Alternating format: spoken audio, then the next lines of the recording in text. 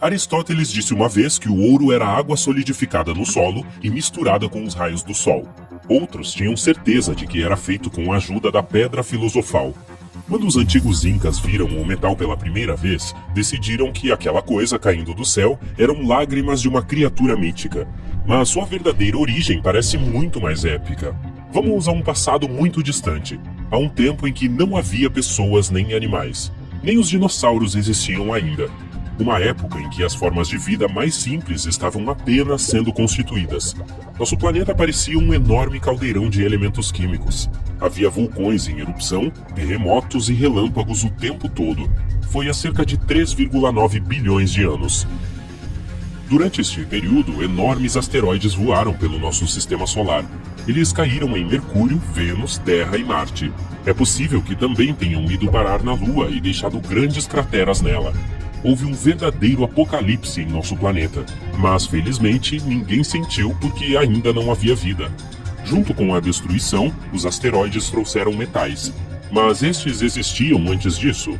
Claro, o núcleo terrestre é composto principalmente de elementos como o ferro. A partir daí, se espalham para a crosta terrestre, se misturam com o magma, entram em contato com o oxigênio e se combinam com outras substâncias. Mas como entraram no núcleo?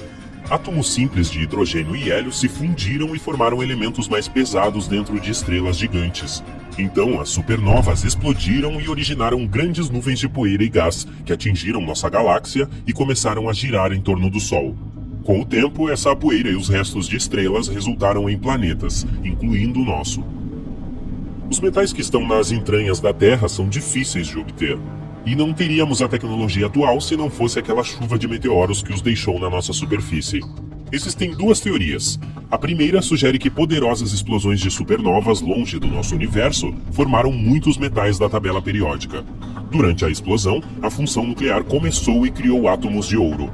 Então a onda de choque jogou esses pedaços quentes em direções diferentes. Eles voaram por um longo tempo, esfriaram no espaço frio e chegaram ao nosso sistema solar. A outra teoria diz que o ouro e outros metais surgiram por causa da fusão de duas estrelas de nêutrons, que são gigantes poderosas muitas vezes menores em tamanho que o Sol, mas diversas vezes mais pesadas. São objetos com tremenda força gravitacional e densidade. A colisão formou uma intensa explosão de raios gama de radiação que pôde sintetizar ouro. Em 2017, os astrofísicos observaram a colisão de duas estrelas de nêutrons pela primeira vez. Eles encontraram vestígios de metais pesados, incluindo ouro, usando detectores de ondas gravitacionais. Portanto, essa teoria parece a mais provável. E se formos ainda mais longe? De onde surgiram as estrelas? Nuvens de poeira e gás estão espalhadas por todo o universo. Elas se misturam, combinam em uma massa e crescem como uma bola de neve. Então se espremem e formam uma força gravitacional. Quando todo o material colapsa, passa a esquentar. E então essa onda de energia dá vida a uma estrela. Alguns físicos entendem que algumas delas, durante sua vida, podem produzir a maioria dos elementos da tabela periódica. Se essa teoria for verdadeira, então nosso corpo também consiste em estrelas. Podemos fazer parte de uma gigantesca supernova que explodiu há bilhões de anos no outro extremo do universo. Mais de 50 anos se passaram desde o surgimento dessa teoria, mas ninguém a provou ou refutou. Ok, vamos voltar ao ouro. Um dos maiores depósitos do mundo está no sul da África. Os cientistas acreditam que o metal precioso apareceu lá há mais de 2 bilhões de anos, após a queda de um meteorito gigante, e têm certeza de que está escondido nos oceanos. De 10 a 20 milhões de toneladas dele podem estar debaixo d'água, mas não como grandes pedras, e sim minúsculas partículas dissolvidas em líquido. A extração é muito cara. Agora vamos descobrir como o ouro é retirado e transformado em joias. A princípio é encontrado em depósitos, grandes extensões de terra ou rocha dentro das quais está escondido. Os trabalhadores usam picaretas, pás e máquinas para extrair pedaços brilhantes, que em seguida são dissolvidos em um ácido especial que separa o metal dos sólidos. Depois, outras substâncias são removidas dele por fusão ou com flora gasosa. Após esse processo, o ouro é verificado quanto à pureza. 99,9% é a referência. Pronto, agora está pronto para uso, seja como uma joia ou parte de um dispositivo eletrônico.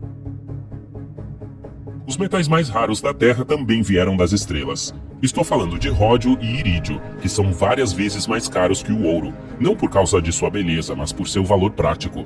Por exemplo, ambos podem transformar gases nocivos em inofensivos, e 90% da demanda deles recai sobre o mercado das montadoras de veículos, principalmente na fabricação de catalisadores automotivos. Eles são necessários para limpar gases nocivos. Quando as substâncias tóxicas produzidas durante a combustão do combustível entram em contato com esses metais preciosos, se transformam em suas formas mais seguras. Uma microcamada de ródio e irídio é aplicada nas paredes do cilindro do catalisador. Ouro, platina, ródio e irídio são os metais mais caros. Mas e os mais duráveis? É um pouco complicado determinar um vencedor porque a força de cada um depende de 4 critérios. Primeiro, resistência à tração, que é a capacidade de resistir ao rasgo. Por exemplo, a massa de modelar tem baixa resistência à tração porque pode ser esticada facilmente em diferentes direções. Entre os metais, o tungstênio é talvez o menos elástico. Outro critério é a resistência à compressão. E aqui, o cromo é um dos mais fortes. O terceiro é a resistência ao escoamento. Para testar isso, é necessário fazer uma haste ou viga de qualquer metal e tentar dobrá-la e quebrá-la. Aquele que mostra maior resistência tem um alto nível, e o titânio é muito bom nesse aspecto. E o último critério é a resistência ao impacto, que mostra o quão forte é o elemento quando é derrubado ou atingido. Aqui é o ferro que mostra um bom resultado. Cada metal tem seus próprios pontos fortes e fracos. O cromo, por exemplo, tem uma alta resistência à compressão, mas fica fraco se você tentar esticá-lo. Portanto, as pessoas fazem ligas metálicas para combinar seus pontos fortes. Ok, aprendemos sobre os metais mais raros e caros. E os outros elementos? Qual é a substância mais rara do mundo? Conheça o ástato. Existem cerca de 25 gramas dele encontrados em todo o mundo. A taxa de seu decaimento é igual à velocidade de sua formação. Portanto, sua quantidade na natureza não muda. Ele foi descoberto no fim do século XIX, mas ainda agora, depois de tantos anos, sabemos pouco sobre esse elemento. Em 1869, o criador da tabela periódica, Dmitri Mendeleev, soube que havia uma certa substância numerada 85 no grupo dos halogênios. Este conjunto de não metais inclui substâncias como flúor, cloro, bromo e iodo. Portanto, o ástato é considerado o mais pesado de todos os halogênios conhecidos e o mais semelhante aos metais. Tem um baixo ponto de fusão e conduz mal o calor e a eletricidade. É quebradiço na forma sólida e possui uma cor escura. Ainda hoje, os cientistas não conhecem todas as suas propriedades. É quase impossível encontrá-lo na natureza, mas os químicos aprenderam a sintetizá-lo artificialmente.